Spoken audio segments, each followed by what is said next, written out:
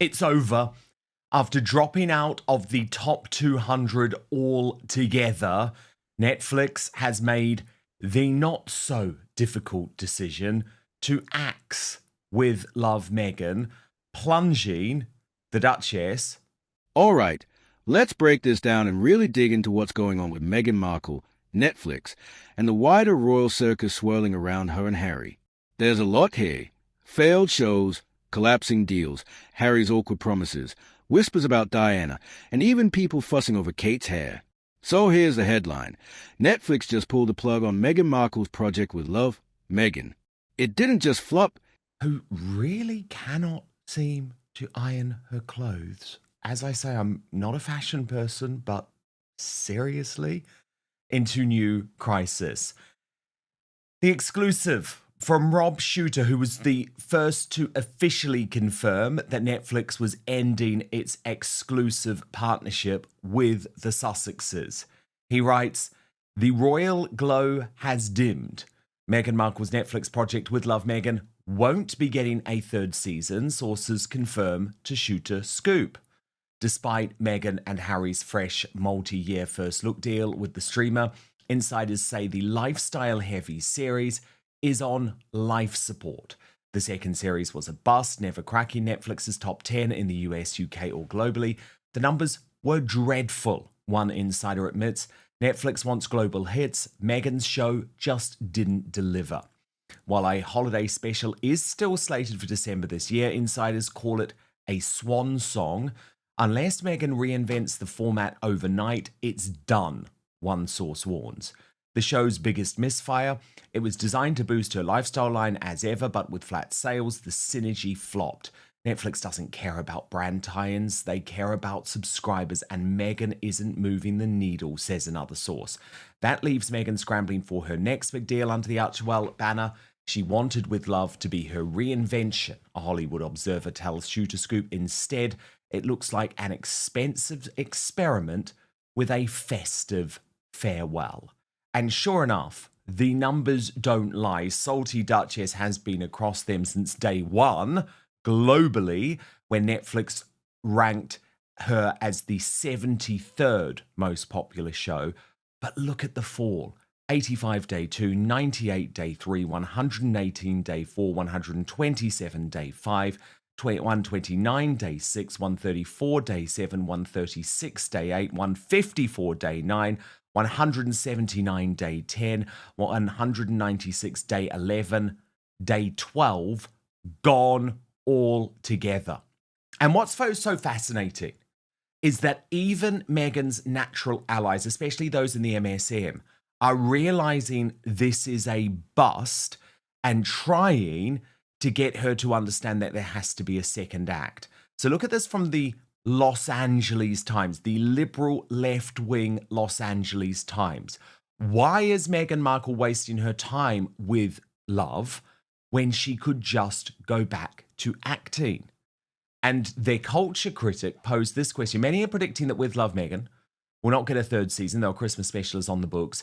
And as with anything involving Markle, there has been a lot of hate thrown around, particularly from the British press. I take no pleasure in hating With Love Meghan. Markle is a local gal who arguably got a very bum deal in her early married life, and I honestly want her to succeed, but maybe she would be better off returning to her previous profession, acting. And that prompted the Royal News Network to post, even the LA Times culture critic thinks With Love Meghan is a pretentious mess. Her recommendation is that Meghan goes back to acting. The problem with that has always been that Meghan is an exceptionally bad actress, which I think even Meghan knows. And of course, she is right to say that acting was a means to an end rather than a passion project for Ms. Markle. It nosedived. We're talking about one of the fastest declines in Netflix history. The show fell out of the top 200 after barely a week. Ouch! Think about that for a second. Meghan had a massive platform, a royal title still attached to her name, the backing of Netflix, and a built-in media buzz. And still, nobody watched. The numbers tanked so quickly that even the most sympathetic outlets like the LA Times were forced to admit it was a bust. So this is the context in which we are dealing with the kids now about to find themselves pimped out because Meghan is desperately flailing around for a surefire hit. Let me bring in Angela Levin, our royal mastermind and Prince Harry's biographer. Angela, it's all over for With Love, Meghan, and with those numbers and that sort of critical response, it's hardly a surprise, is it? But what does she do now? Yeah, that's a good question. But let me just tell you, this her numbers for Netflix. It's been the fastest decline in rating views in the history of Netflix. Wow. Amazing. That's pretty something. God. Well, I guess at least she's won something, Angela. Yes, exactly. I had to tell you. Yeah, I think the trouble is now, if she's going to use her children, she's got to Yes. start showing their faces because everybody's fed up with these, and especially if they've got a heart over them. I love you, I do not love you. It's very unpleasant. But I think she's going to try, and I think her husband will be absolutely furious with that because then they're not, everyone can see what they look like. And that's not going to be on. And sometimes you see that they don't look the same from the back. So how can you actually do that? You can't. Are they going to be pretty? Who knows? Maybe that's going to help her, but she can't do that because she'll have such a sort of nasty reaction because people are fed up with it that she's doing that just for herself to make money from her children. And nobody's going to like that one bit. And of course, Angela, this is very, very difficult for Harry on a whole load of levels because remember, she promised him, don't worry, I don't need you for the second part of this Netflix deal. I'm going to make the money. My show's going to be a success. My brand's going to make me a billionaire. So you just focus on your little charity projects. All of a sudden, it's not looking that way. And Harry is going to have to be part of actually earning money, which he hates to do and he doesn't want to do. Yeah, she was lying, wasn't she, about that? I mean, she wanted to get rid of him so that she could actually be much more famous than he is because she's going to be a billionaire and she definitely won't need him. But until then, she moved too fast. She was still trying to cook bread and putting sort of nonsense on it all the time, and we get bored stiff with that sort of thing. You can't keep on looking at bread and trying to make something of it because it's just not going to work. It wasn't an intelligent thing. It was the same boring thing. And she's got to think broadly, hasn't she? She's got to think she can't do it by herself because she hasn't got that ability. She hasn't got that feeling about what people looking at her or seeing her is what they want to do. I mean, I feel sorry for these little children. I remember seeing little Lilibet who kissed her mother and the dog on this photograph, and she walked back, sort of backwards. She made sure that she wasn't seen. And you think she can't be telling, don't let anyone see your face. Now there, Lilibet looks different there.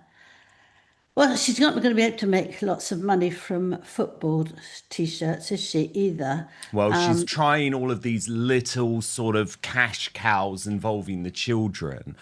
But obviously the big one would be saying, okay, let's put them right out there in some type of reality show. But I think she'll only want to do that when she has to. But it's getting close. It's getting close because in the end, if they're not careful with overheads at well over $6 million a month, Harry's inheritance will be gone soon enough. But look, Angela, we've got to talk about the new royal bombshell book. This is from Paul Burrell, who was described during the time that the late Princess of Wales was alive as her rock. But there's a whole load of new revelations in this latest edition, and I want to take you through them and we'll react as we go. But this is how the Daily Mail, which is serializing the new book, The Royal Insider, decided to launch it on Saturday. The real reason Meghan was so jealous of Kate and the late Queen's ominous warning over, quote, dark forces. Now, this reveals that Harry... Right now, Meghan and Harry are in a dangerous spot. Their deals are drying up. Their brand is weakening. Their popularity is at rock bottom in the UK and sliding in the US. If Meghan can't reinvent herself fast, her Hollywood dream could collapse completely. had actually broken all royal protocol by giving the late Queen Elizabeth II a mobile phone so that they would be able to communicate directly without any involvement from courtiers and without any involvement from King Charles and Prince William. So this is what Paul Burrell reveals, Angela. He writes, of course, Harry would claim later that he wasn't able to get to the Queen, but he knew how to reach her whenever he wanted to see her. He also had a secret weapon. Unbeknown to his father or brother, Harry had sent Granny a mobile phone with the intention of having a secure line direct to the CEO of the family, bypassing not just his family, but all her courtiers. When it arrived, she said, what am I supposed to do with it? After all, the monarch couldn't be expected to answer it whenever it rang. Imagine it going off in her handbag when she was in a meeting with the head of state or opening parliament. So the mobile phone went in the top drawer of a servant's desk at the end of the long green corridor along a phone from Prince Andrew, who'd had a similar plan. But even without her mobile phone, the Queen did get to see Harry and Meghan and her great-grandchildren. When Harry and Meghan appeared in the Oak Room, the family parted like the Red Sea, so that the Sussexes could take centre stage with the Queen. Some members of the family left the room in disgust and wouldn't return until they had left 30 minutes later. The Queen played with the children and chatted with Harry and Meghan. She thought everything was fine, but little did she know. On the Sunday of the weekend of the Platinum Jubilee celebration, the Queen had arranged for the chef to make her favourite chocolate cake with one candle on top for Lilibet's birthday. She had hoped that her favourite grandson and his wife would join her for tea, but she was left disappointed when she was told they had left already. It may have been a breakdown in communication, that Harry and Meghan weren't aware of her plans. It's a shame the tea didn't happen, as Meghan never saw the Queen again, while Harry saw her next on her deathbed. So, Angela, you say this is just more proof of Harry's appalling behaviour. Yeah, that's disgusting, isn't it? He's not actually falling in with the most important things you can and you can't do. It's all about him. We're going to talk about it later, that he just doesn't care about anything. He thinks he's going to be clever by doing that, but the Queen was much more clever. And when she said, what do I do with this? She would know exactly what to do with that, but she wouldn't deal with it. She didn't want to do that. She didn't believe in that. She wanted everything to be done in the right manner, from aid to aid, and then her, if necessary. And she certainly wouldn't be there for Harry to call her day and night and start shouting, ask for money. I mean, if you remember how appalling he was in the last few months of her life, where she was still grieving for her husband, and she was very, very much in pain because of the cancer, the blood cancer, and that he could be so terrible and keep phoning and shouting and saying that she wants money and all that sort of thing, and she's got to like Meghan, all that. How can you imagine that you expect anything from him? And he's taken himself into a very, very dark place. I think he's now very dangerous for us, and I think that he doesn't know what he's doing for himself. I really mean it, that it's very, very dangerous times, because he's got to do things. Meghan will be screaming and shouting, knowing that she's awarded herself by being the quickest to get, people are quickest to get rid of her. And I think that it's going to be very difficult. And that's why, of course, he wants money from the king. But we'll get to that later. Yes, indeed we will. But there were other revelations in this book. Angela, look at this. Queen Elizabeth blamed sinister forces for Diana's death. This from Tom Sykes of The Royalist, who has recently put forward his case as to why he believes Diana was murdered. Paul Burrell, the late Princess Diana's butler, has claimed that Queen Elizabeth II warned him to beware of sinister forces of which she did not know. That leaves Harry stuck between a wife chasing fame and a royal family he's burned bridges with.